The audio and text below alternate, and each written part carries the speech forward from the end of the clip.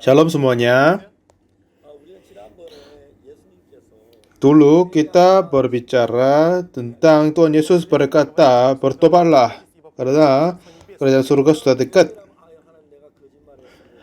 Banyak orang berpikir bahwa tentang pertobatan, aku sudah berbuat dosa ini dan yang lain tolong mengampun dosa ini, kiranya begitu kan?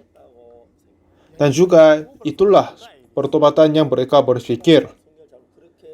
Juga saya berbuat begitu dulu, saya masih belum tahu tentang kehidupan rohani dengan baik.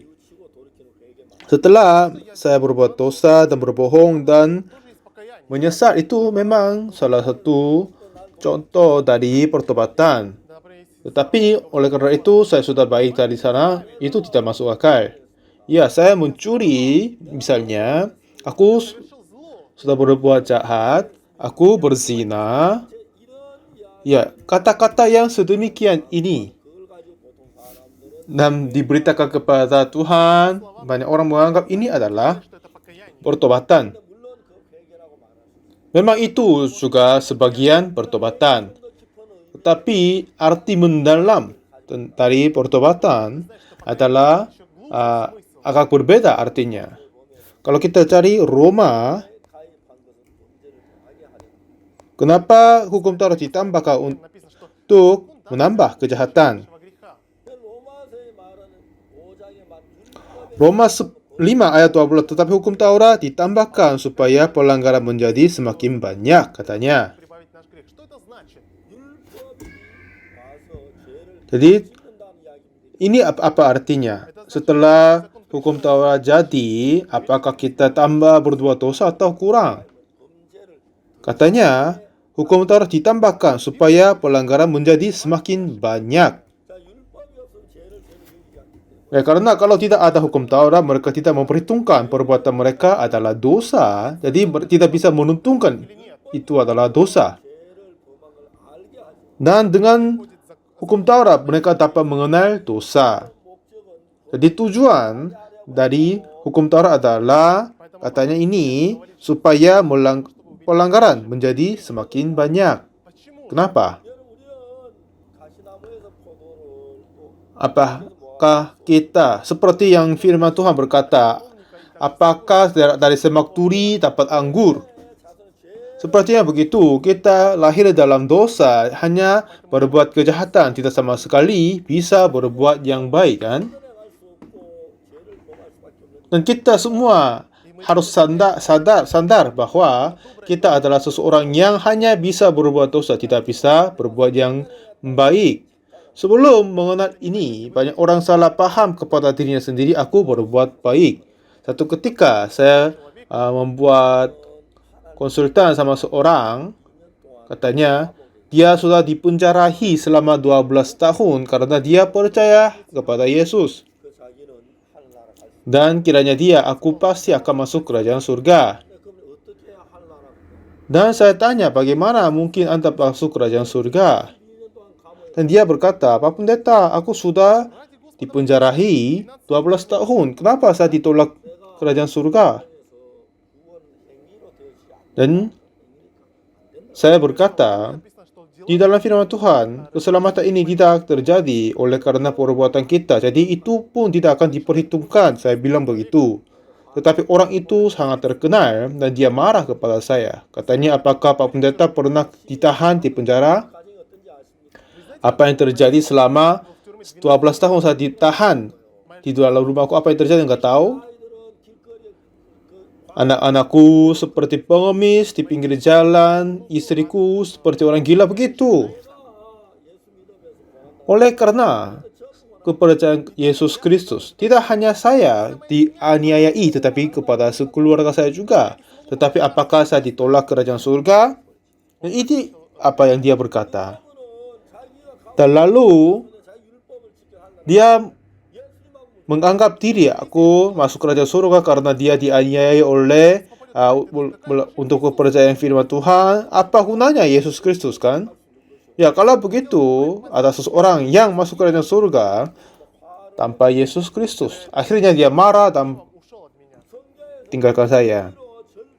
Jadi kita berkata, tidak sama sekali orang dapat diselamatkan, dibenarkan oleh melakukan hukum Taurat. Kenapa? Kita adalah seseorang yang jahat. Jadi, tidak sama sekali orang dapat dibenarkan melakukan hukum Taurat. Tetapi, iblis menipu kita dan biar kita menganggap diri, aku orang baik, aku berbuat bagus, aku melakukan yang baik. Jadi, dengan seperti demikian, iblis terus menipu kita untuk kita menganggap dibenarkan. Jadi Tuhan memberikan hukum Taurat. Coba kamu melakukannya, apakah kamu sesungguhnya bisa melaksanakan? Akhirnya Tuhan berkata, untuk melakukan hukum Taurat tidak sama sekali ada orang yang dibenarkan. Awalnya kita berusaha melakukan hukum Taurat, sedikit kita kelihatannya berhasil. Tapi semakin banyak kita berusaha akan menemukan kita tidak akan melakukan sempurna. Pada saat saya berbicara tentang pertobatan, inilah ayat yang saya teringat di dalam kitab suci adalah pertobatan Daud. Satu ketika Daud menjadi raja Israel. Satu ketika waktunya petang, dia melihat seorang perempuan mandi di sana. Lalu dia panggil perempuan itu dan tidur dengannya dan berbuat dosa. Lalu perempuan itu hamil. Dan Daud mau menyembunyikan panggil suaminya dari perang.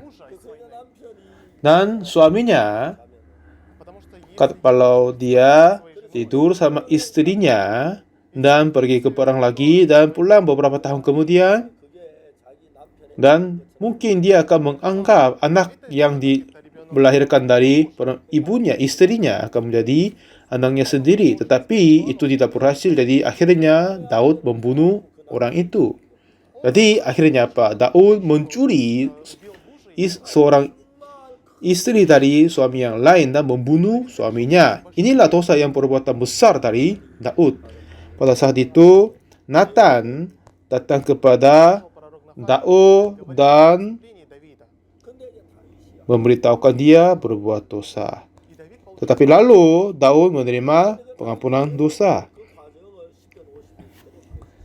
Dan dengan ini cerita-cerita bagaimana dia dapat menerima pengampunan dosa, Daud menulis di Mazmur di pasal 51. Dan dari sana apa yang kata Daud di situ? Katanya, sesungguhnya dalam kesalahan aku diperanakan, dalam dosa aku dikandung ibuku.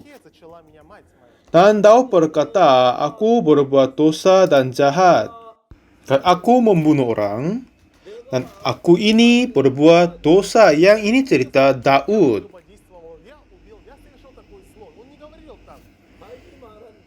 Dan kata Daud ini adalah, sesungguhnya dalam kesalahan aku diperanakan, dalam dosa aku dikandung ibuku.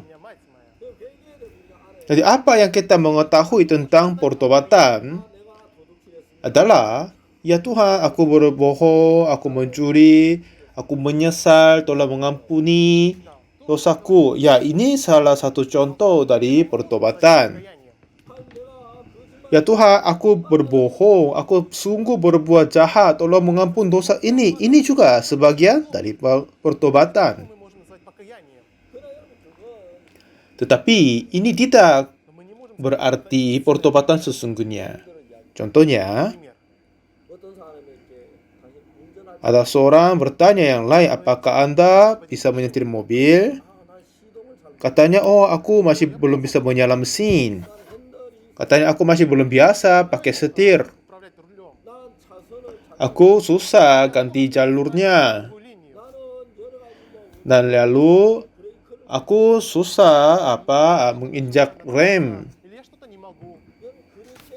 Ya, ini tidak dia harus berkata kan. Katanya dengan sederhana, aku tidak baik menyetir mobil, itu sudah cukup kan?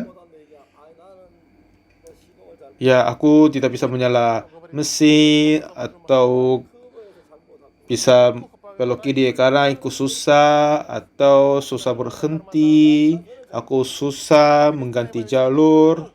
Ya, kata-kata ini sudah tidak begitu baik. Tetapi yang baik adalah aku tidak bisa setir mobil. Itu sudah cukup kan? Nah, sepertinya begitu. Daud berkata, aku berbohong, berzina, aku membunuh, aku berbuat dosa. Ya, dia tidak berkata begitu. Tetapi, kalau seseorang yang berbuat semuanya baik, tetapi hanya tinggal dia tidak baik untuk mengganti, merubah jalurnya, mungkin dia bisa berkata permasalahan itu saja. Yang bagian-bagian menyetir mobil yang lain semuanya baik, tetapi hanya mundur itu tidak baik. Kalau itu dia bisa berkata begitu. Tetapi aku susah menyalami mesin, mundur, maju, susah, belok kiri, kanan, atau apa, ganti jalur, itu pun semuanya susah. Kalau begitu, ya ini tidak baik. Dia tidak boleh berkata, aku tidak baik bagian ini dan yang lain, tetapi lebih baik dia berkata, aku tidak bisa pakai mobil. Ini lebih baik kepadanya kan? Kalau kita semua dari yang lain sempurna, tetapi kalau hanya satu kali berbohong saja, pada saat itu dia boleh berkata, aku berbohong saat itu. Aku sudah hidup dengan sempurna yang lain-lain, tapi dengan kebetulan hanya satu kali mencuri saja. Pada saat itu dia boleh berkata, aku mencuri satu kali. Dan yang lain-lain semuanya sudah sempurna. Tetapi hanya satu kali berzina, yang lain berdosa, tidak sama sekali pernah berbuat dosa. Lalu dia boleh berkata, aku berzina. Tetapi kalau kehidupan kita penuh dengan dosa, kita tidak boleh berkata, aku berzina, berbohong, mencuri, ini saja. Seperti Daud, pada saat dia mencuri istri dari Uria,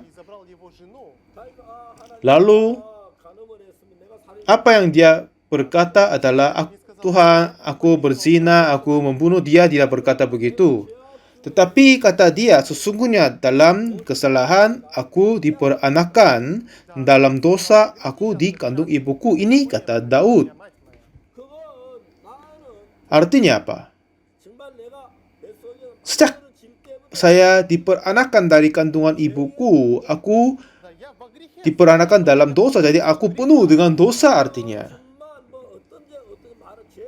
Ya, dosa ini dan yang lain ini tidak perlu diperkatakan, tetapi saya ini penuh dengan dosa, jadi dia berkata, aku dalam kesalahan dia diperanakan katanya. Jadi tidak perlu dia memperbarui satu bagian. Contohnya misalnya, aku tidak lagi berzina, mencuri, berbohong, atau mencuri orang, membunuh.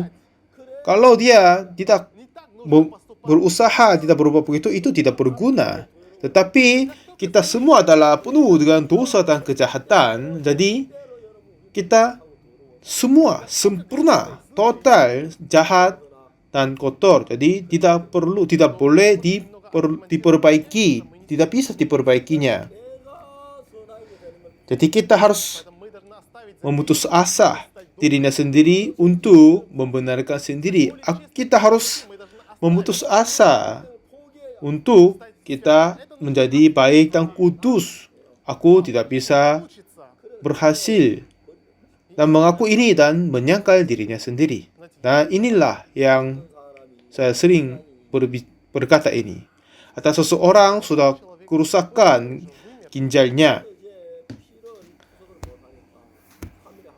Jadi ginjal dia tidak bisa diberfungsi, jadi harus datang ke dokter dan mencuci darah 2 kali per minggu.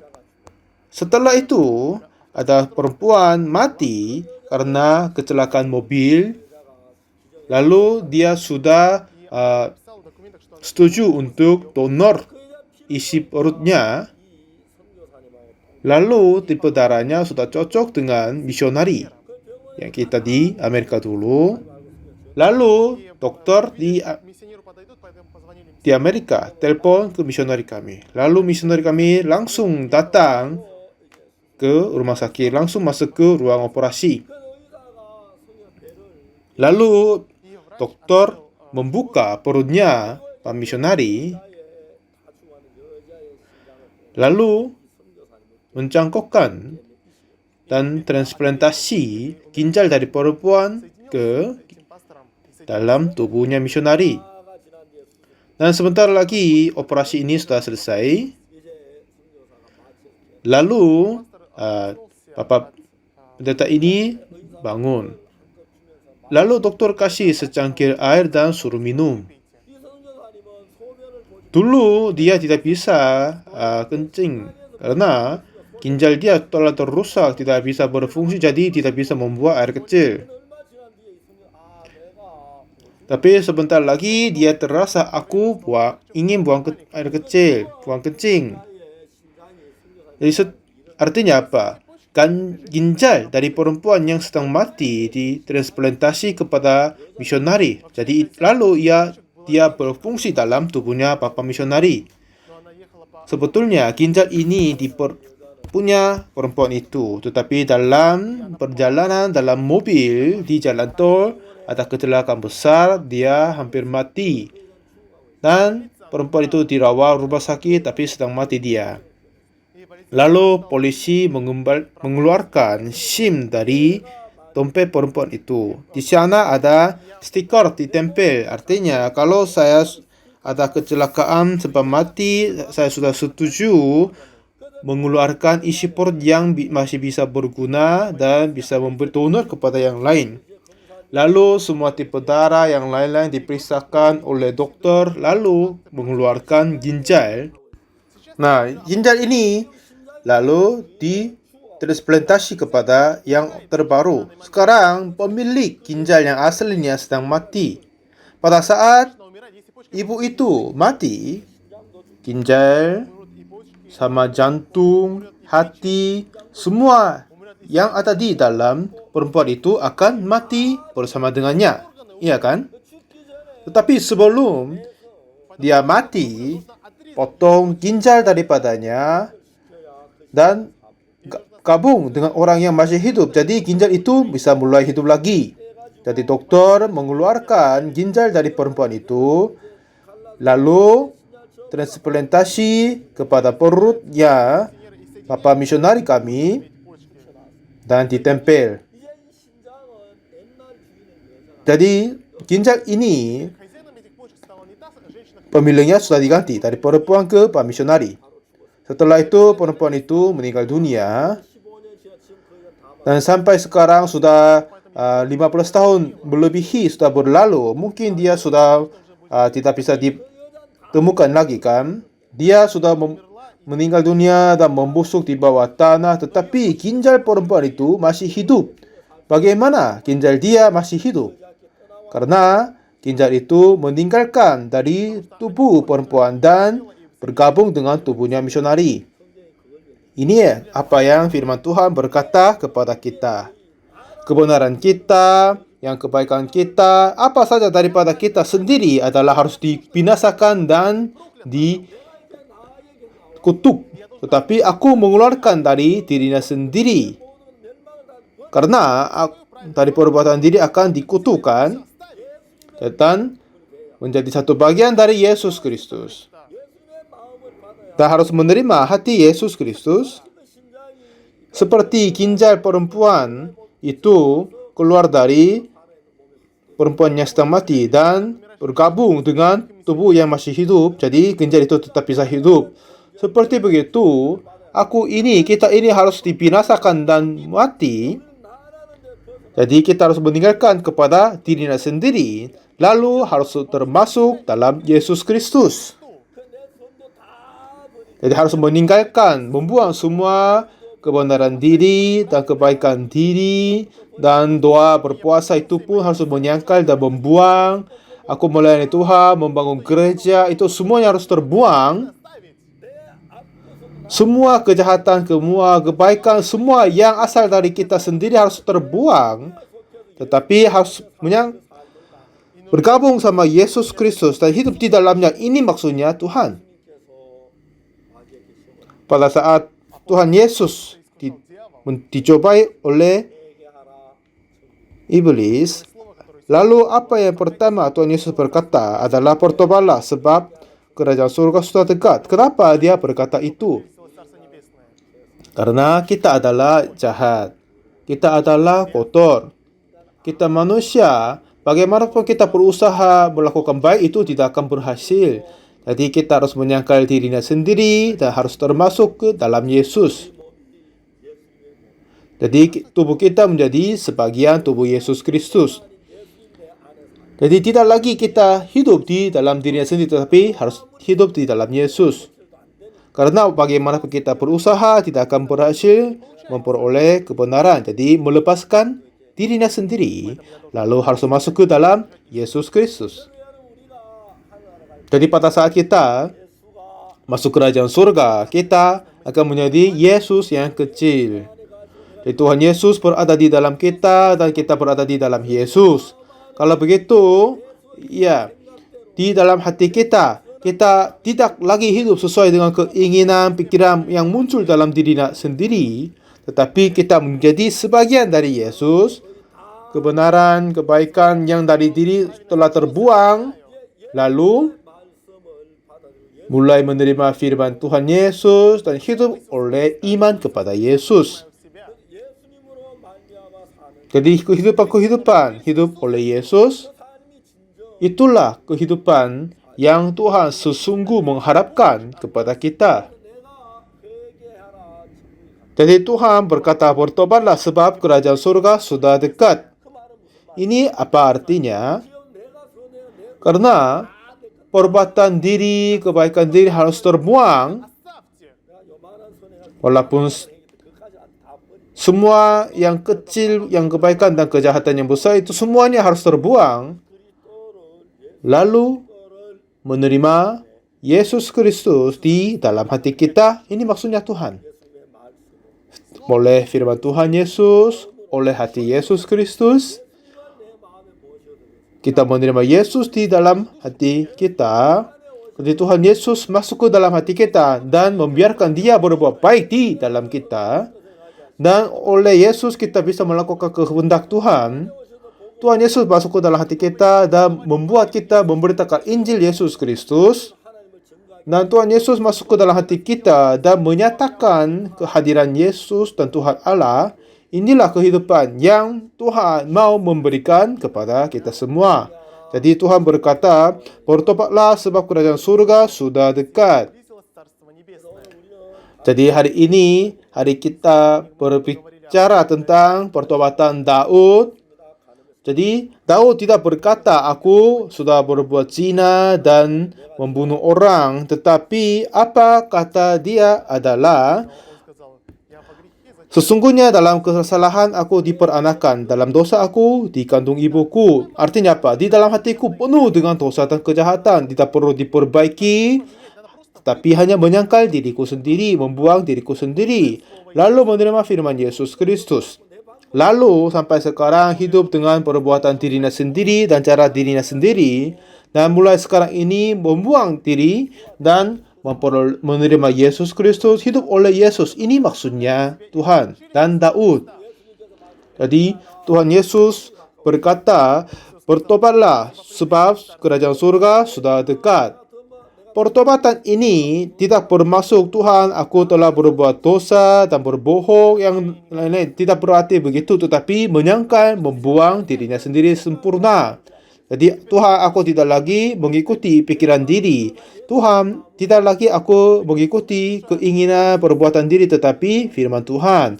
Akhirnya Tuhan Yesus berkata, seseorang yang percaya kepadaku, dia akan hidup olehku. Jadi inilah cara gimana kita menerima Tuhan Yesus di dalam hati kita. Jadi tidak lagi kita sendiri hidup, tetapi Yesus hidup di dalam kita. Jadi aku ini mati di kayu salib. Karena aku ini adalah orang yang jahat, kotor, harus mati dan sudah mati dan dikutuk di kayu salib. Lalu tidak lagi aku sendiri hidup, tetapi Tuhan Yesus hidup di dalam aku. Jadi mulai sekarang ini Kristus memimpin kehidupan kita. Inilah kehidupan rohani yang sesungguhnya Tuhan Yesus mengharapkan kepada kita. Jadi firman Tuhan Yesus Kristus pertama adalah bertobatlah sebab kerajaan surga sudah dekat. Jadi semoga saudara tidak mengendal kepada dirinya sendiri dan tidak perlu berusaha membenarkan diri, mentaati diri. Tidak perlu itu. Sama sekali tidak bisa.